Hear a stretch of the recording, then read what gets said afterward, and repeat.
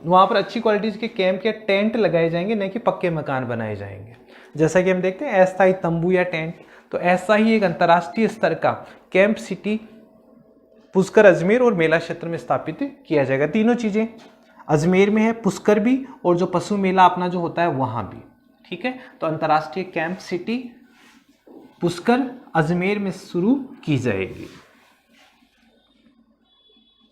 आगे देखें, पर्यटन विकास हेतु आमेर जयपुर को आइकॉनिक डेस्टिनेशन के रूप में विकसित किया जाना प्रस्तावित है।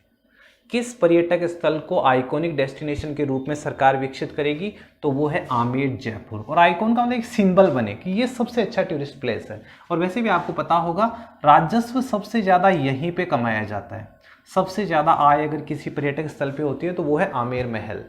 ठीक है, अब इसके लिए क्या किया जाएगा? इसके लिए कुछ सुविधाएं बनाई जाएगी वहाँ, जैसे कार पार्किंग होगी, इलेक्ट्रिक वाहनों का संचालन होगा, म्यूजिकल फाउंटेन बनाए जाएंगे, संगीत वाले फव्वारे, रोपवे बनाया जाएगा, कैंपिंग साइट जहां पर रात्रि में रुक सके, रिजॉर्ट्स बनाए जाएंगे। ये सारे काम किए जाएंगे आमेर को एक आइकॉनिक डेस्टिनेशन बनाने के लिए। इन सब की घोषणा की गई है राजस्थान बजट 2023-24 में।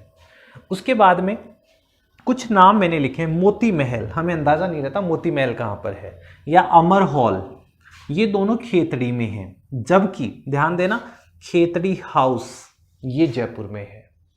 मोती महल और अमर हॉल खेतड़ी में है, जबकि खेतड़ी हाउस जयपुर में है। इन तीनों बिल्डिंगों को वापस रिनोवेट किया जाएगा, इनका जीर्णोद्धार किया जाएगा पर्यटन की दृष्टि से। इसके बाद में ऐसे ही जो जीर्णोद्धार वाले जो और काम है उन कामों को देखते हैं।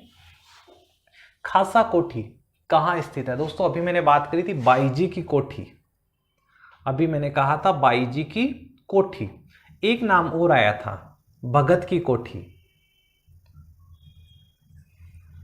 भगत की कोठी, तीन नाम आ गए ना, खासा कोठी, बाईजी की कोठी, भगत की कोठी, और एक नाम और लिख लेते हैं सुनहरी कोठी। बाकी तो आगे बढ़ेंगे, हमें तो भाई सब पढ़ना पड़ेगा। खासा कोठी जयपुर में है, रेलवे स्टेशन और सिंधी कैंप बस डिपो के बीच में स्थित है खासा कोठी। बाईजी की कोठी मैंने अभी भी बताई थी जयपुर में है। फिर भगत की कोठी ये जोधपुर में है, ध्यान रखना भगत की कोठी कहाँ स्थित है? जोधपुर में। और सुनहरी कोठी आपकी टोंक में स्थित है। चलिए अपने चैप्टर पे आते हैं। खासा कोठी जयपुर को क्या बनाया जाएगा? स्टार होटल कम स्टेट गेस्ट हाउस, राज्य अतिथि गृह और स्टार होटल के रूप में विकसित किया जाएगा। किसको? खासा कोठी होटल को। उसके बाद में कई सारी चीजों के पैनोरमा और उन मंदिरों के जीर्णोद्धार की बात भी की गई है। दोस्तों पैनोरमा क्या होता है? जैसे यूं मान लीजिए कि आप किसी भी देवता का मंदिर देखने गए, वहां पर आप उनके सारे जीवन की झलकियां अभी तक हम तस्वीरों में देखते थे। अब वहां पर आपको जैसे मान लो जीवंत मूर्तियां मिले, चलचित्र मिले, उनके पूरे जीवन का जो घटनाक्रम है वो आपको किसी ढंग से दिखाया जाए, तो वो चीज क्या होगी? वो पैनोरमा कहलाएगा, यानी सब कुछ उसमें शामिल हो जाए। तो देखो कहा गया पहले राजरत्न बिहारी मंदिर का पैनोरमा बीकानेर में बनाया जाएगा। तेजाजी महाराज का पैनोरमा सुरसरा अजमेर में बनाया जाएगा।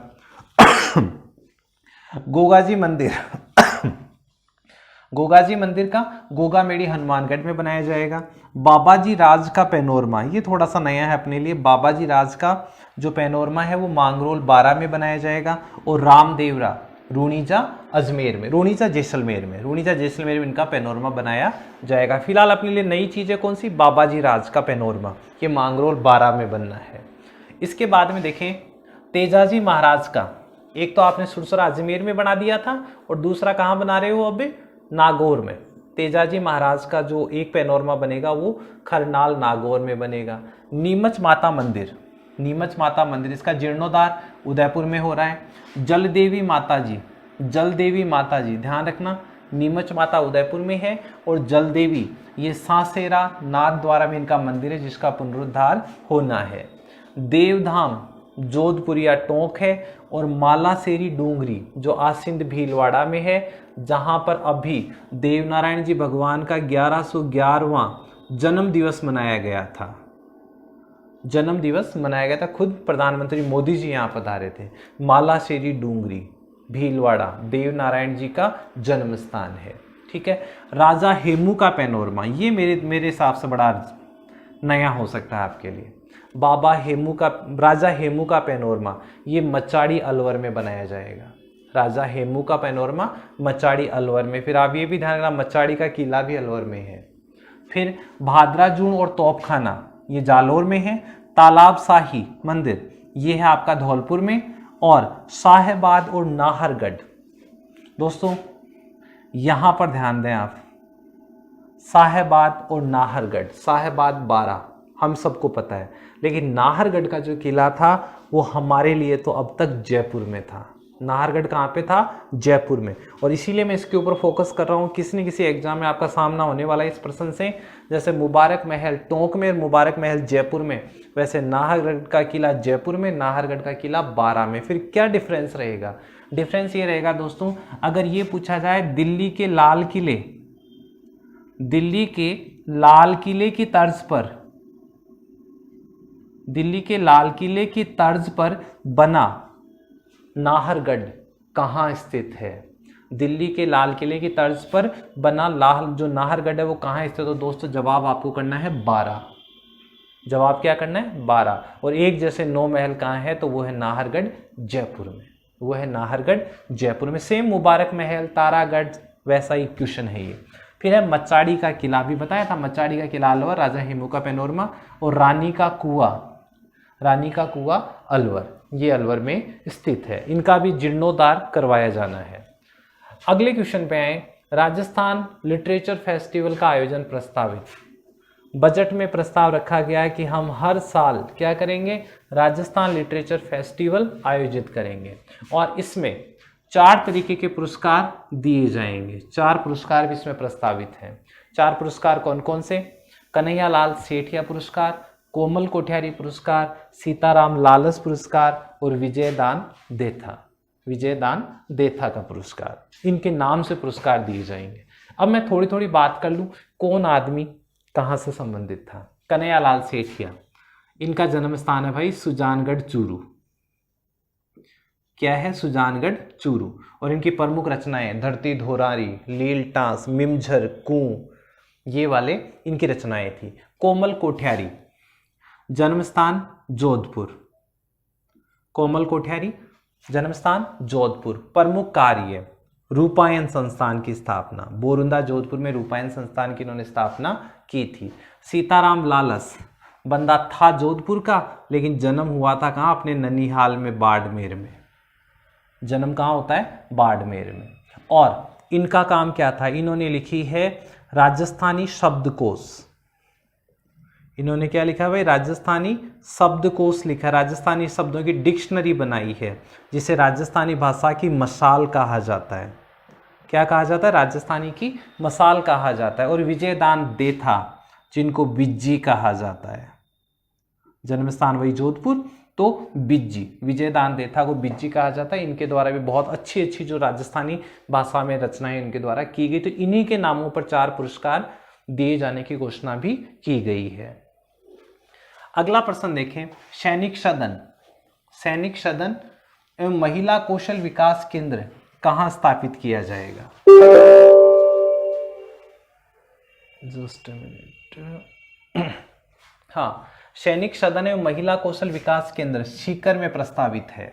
और दोस्तों कल मैंने आपको बताया था महाराव शेखाजी सरकारी डिफेंस एकेडमी, वो भी सीकर में है। मोहनपुरा, दांतारामगढ़ सीकर में प्रस्तावित है। सेना से संबंधित ज्यादा काम, मैं फिर लिखवा रहा हूं वो नाम, महाराव शेखाजी डिफेंस एकेडमी, ये कहां पर है? मोहनपुरा सीकर में है। ठीक है। और राजस्थान की पहली सरकारी डिफेंस एकेडमी है। फिर है मेजर शैतान सिंह शहीद स्मारक व म्यूजियम। मेजर शैतान सिंह शहीद स्मारक व म्यूजियम, ये कहाँ खोला जाएगा? तो दोस्तों ये जोधपुर में खोला जाएगा। क्यों? क्योंकि मेजर शैतान सिंह जो थे वो जोधपुर के ही थे। ठीक है। और इन्हीं को कहा जाता है बाणासुर का शहीद। क्या कहा जाता है? बाणासुर का शहीद कहा जाता है, क्योंकि इनका जो मूल गांव था वो बाणासुर था। तो बाणासुर का शहीद किसे कहा जाता है? प्रश्न पूछा गया पहले भी। मेजर शैतान सिंह को। कहाँ के थे? जोधपुर के। गांव का नाम बाणासुर। ठीक है। और इन्होंने जो भारत चीन युद्ध था उसमें अपनी काफ़ी महत्वपूर्ण भूमिका निभाई थी। और अब वर्तमान में ये क्यों फेमस हुए हैं? अंडमान निकोबार में 21 ऐसे द्वीप थे जिन द्वीपों का कोई नाम नहीं था, और अब उन द्वीपों का नाम रखा गया है, जिसमें एक द्वीप का नाम रखा गया है मेजर शैतान सिंह के नाम पर, और दूसरे द्वीप का नाम रखा गया है मेजर पीरू सिंह, हवलदार पीरू सिंह के नाम पर।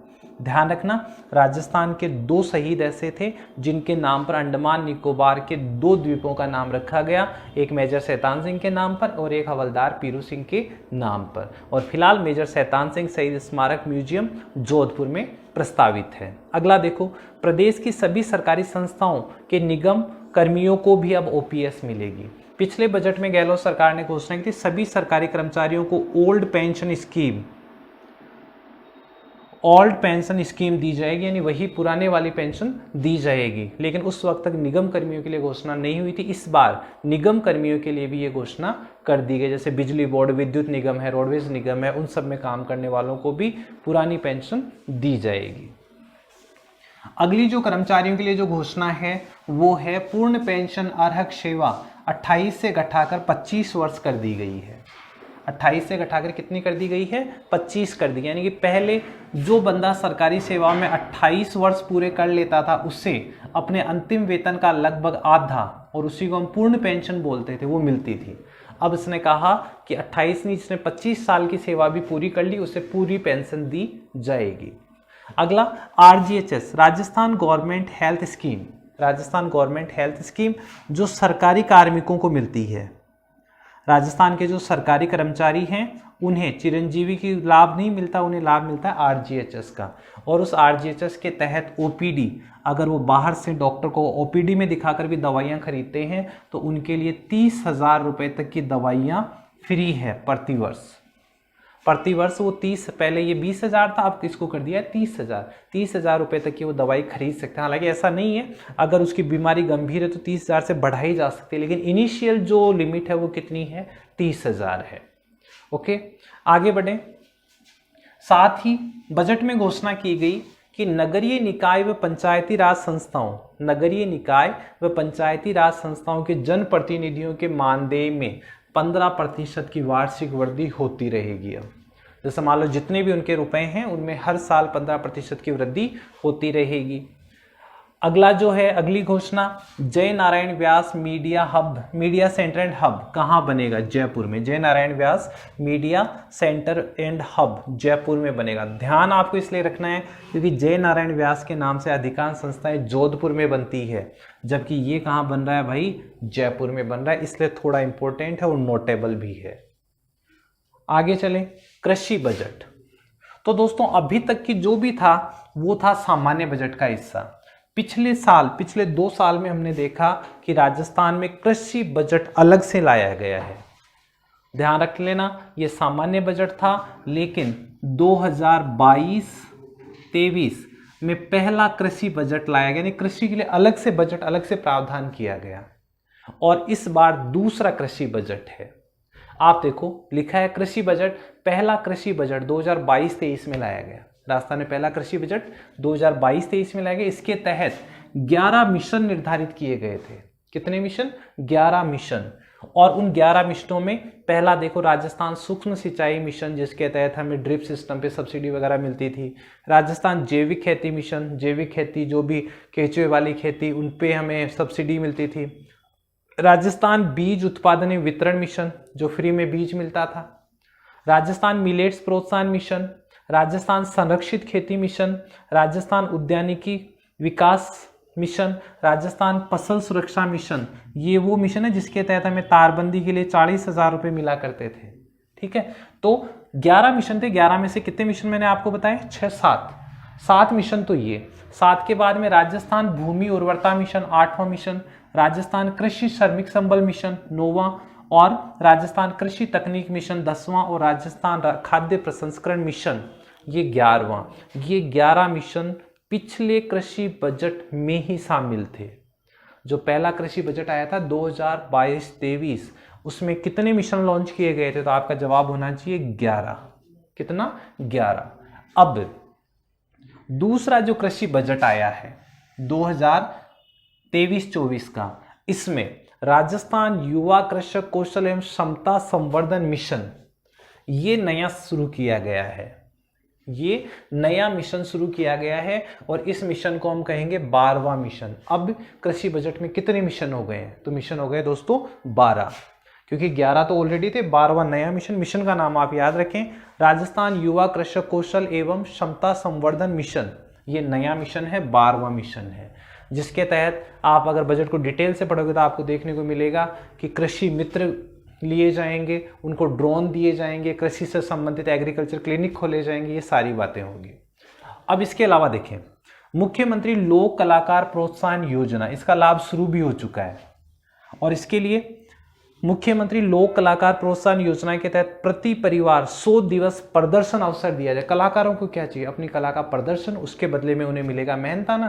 तो सरकार ने कहा कि कुछ भी हो जाए, हर लोक कलाकार परिवार को कम से कम 100 दिन का प्रदर्शन अवसर यानी रोजगार उपलब्ध करवाया जाएगा। जितने भी अपने मेले होते हैं, शेखावाटी उत्सव हो गया, जैसलमेर महोत्सव हो गया, या आपने जो जवाहर कला केंद्र में ऐसा कुछ होता है, नुक्कड़ नाटक होते हैं, तो उन सब में इनको मौका दिया जाएगा।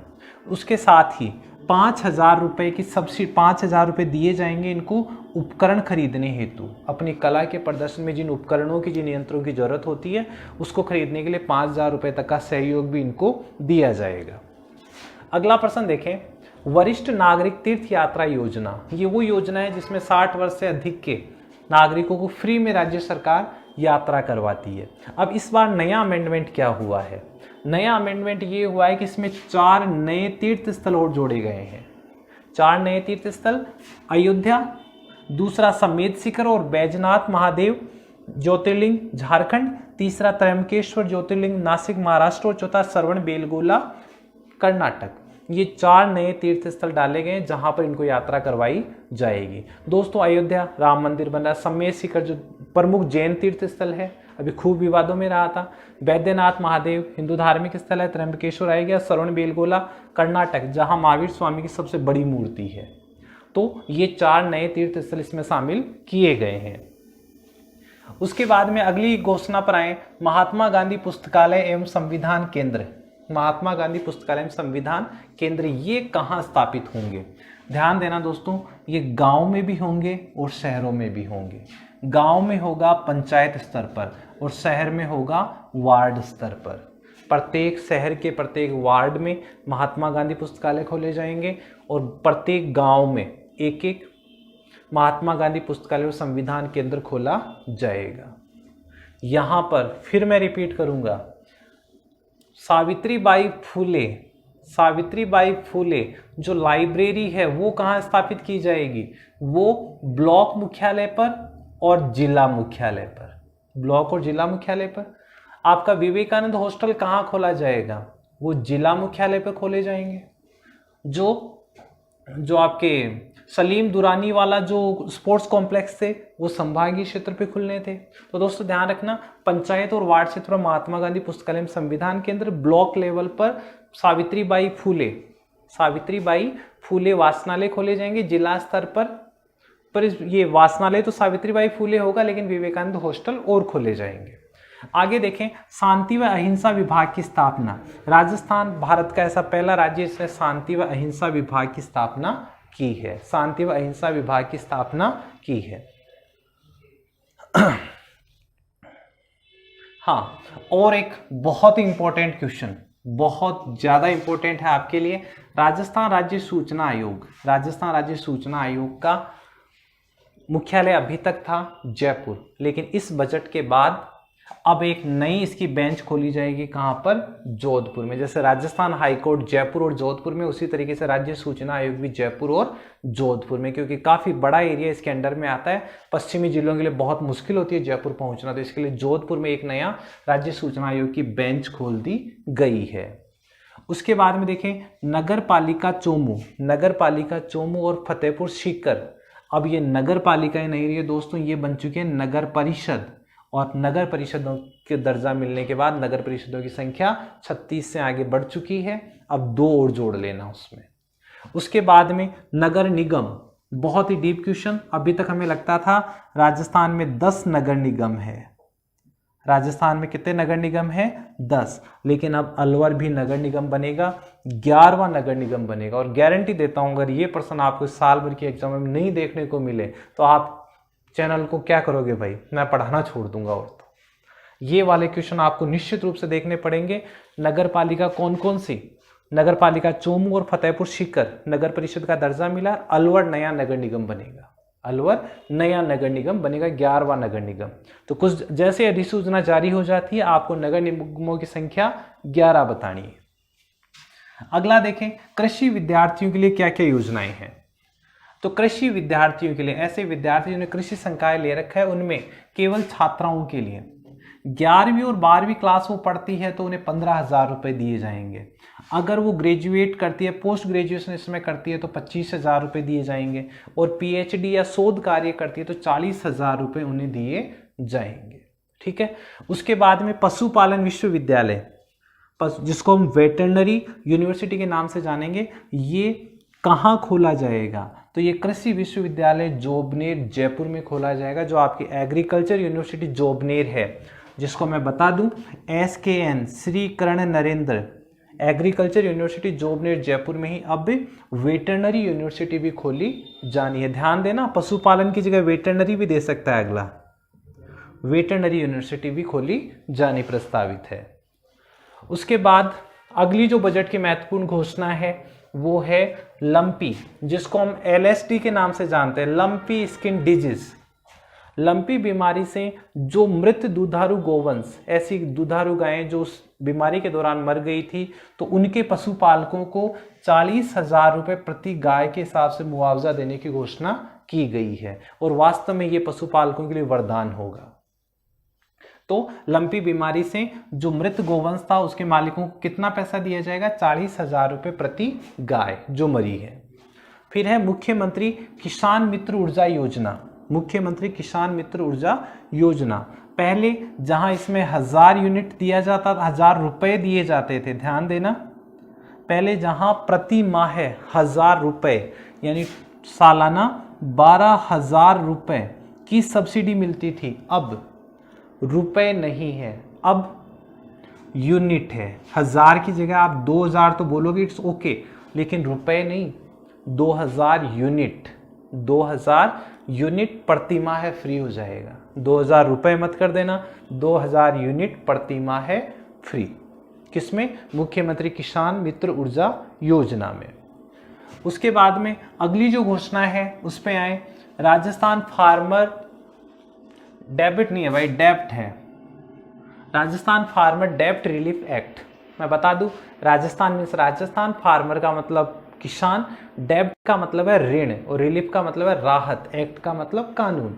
राजस्थान कृषक ऋण राहत कानून। और इस कानून के तहत एक आयोग बनाया जाएगा जिसमें जज वगैरह बैठेंगे, ताकि किसी भी किसान की जमीन को कुर्क नहीं किया जा सके, चाहे उससे लोन चूके या न चूके, उसकी परिस्थितियों के बारे में सोचा जाएगा। ऐसे नहीं कि उसकी ज़मीन को नीलाम कर दिया जाए। लोन की वजह से, डेब्ट यानी ऋण की वजह से किसी किसान की ज़मीन नीलाम नहीं होनी चाहिए बैंक के द्वारा। इसे रोकने के लिए राजस्थान फार्मर्स डेब्ट रिलीफ एक्ट लाया जाएगा। अगला, मुख्यमंत्री कामधेनु बीमा योजना। मुख्यमंत्री अभी 1 अप्रैल से शुरू हुई है, मुख्यमंत्री कामधेनु बीमा योजना। और जिस तरीके से लंपी बीमारी के तहत राजस्थान में गोवंश और पशुधन का नुकसान झेलना पड़ा है, उससे बचने के लिए, उसे सबक लेते हुए अब की बार पहले ही गहलोत सरकार ने मुख्यमंत्री कामधेनु बीमा योजना शुरू की है, जिसके तहत प्रति परिवार यानी एक परिवार के अधिकतम 2 दुधारू पशुओं का बीमा करवाया जाएगा। 2 दुधारू पशुओं का बीमा करवाया जाएगा। और जिसमें अगर कि उस पशु की मृत्यु हो जाती है किसी भी कारण से, तो 40,000 रुपये का मुआवजा या बीमा उस पशुपालक को मिलेगा। और इसमें भी जो प्रीमियम आएगी उसका आधा हिस्सा राज्य सरकार वहन करने वाली है। बहुत ही अच्छी योजना है। अगला क्वेश्चन, एपीकल्चर प्रयोगशाला, ये सॉरी एपी नहीं है भाई, एक्वा है, एक्वाकल्चर प्रयोगशाला। एक्वाकल्चर प्रयोगशाला चूरू में स्थापित की जाएगी। एक्वाकल्चर आपको पता होगा, जैसे अपने एक्वा गार्ड होता है, एक्वा फ्रेश होता है, किस काम का होता है?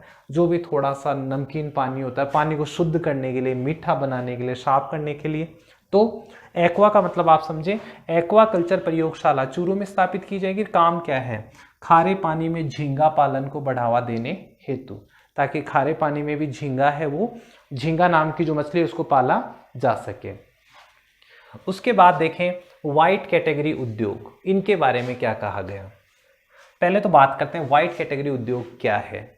तो दोस्तों वाइट कैटेगरी यानी सफेद श्रेणी के उद्योग वो हैं जिनके चलाने के लिए वायु प्रदूषण, जल प्रदूषण संबंधी किसी स्वीकृति की, किसी एनओसी की जरूरत नहीं होती, क्योंकि वो न तो वायु प्रदूषण फैलाते हैं न जल प्रदूषण करते हैं। तो ऐसे उद्योग वाइट कैटेगरी उद्योगों की श्रेणी में आते हैं और इन उद्योगों की वर्तमान में संख्या कितनी है? 54 है। व्हाइट कैटेगरी उद्योगों की संख्या कितनी है?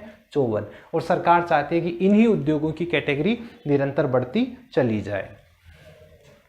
अब बहुत ही इंपॉर्टेंट क्वेश्चन आप लोगों के लिए, वर्ष 2023-24 के बजट अनुमानों का संक्षिप्त विवरण। आखिर कितने रुपए का बजट है, कितना हमारे पास पैसा है, किस तरीके से हम इस काम को कर पाएंगे। तो आप लोग ध्यान दें, राजस्व प्राप्तियां की अंदाजा ये लगाया गया कि वर्ष 2023-24 के दौरान हमें 2,35,998 करोड़ 1 लाख रुपए हमें प्राप्त होने वाले हैं। इतने रुपए तो हमें प्राप्त होंगे सारे जो भी काम धाम चल रहे हैं उनसे। और हम अपने बजट के हिसाब से इस पूरे साल में 2,58,833 करोड़ 2,58,833 करोड़ 68 लाख रुपए खर्चा करेंगे, तब हमारी बजट की घोषणाएं क्या होगी? पूरी होगी। अब देखो आपके पास रुपए आएंगे कितने? 2,35,000 करोड़ 2,35,000 करोड़, और आप खर्चा कितने का करोगे? 2,58,000 करोड़ का। इसका मतलब घाटा कितने का होने वाला है? राजस्व घाटा कितना रहेगा? 24,895 करोड़ रुपए का राजस्व घाटा। यानी कि जो 2023-24 का जो बजट है वो 24, यानी आप कह सकते हो 24,895 करोड़ का बजट घाटा रहेगा। वो क्या रहेगा? बजट घाटा। थोड़ी सी ये फैक्ट आपको याद करने, 2,35 की प्राप्ति होगी, 2,58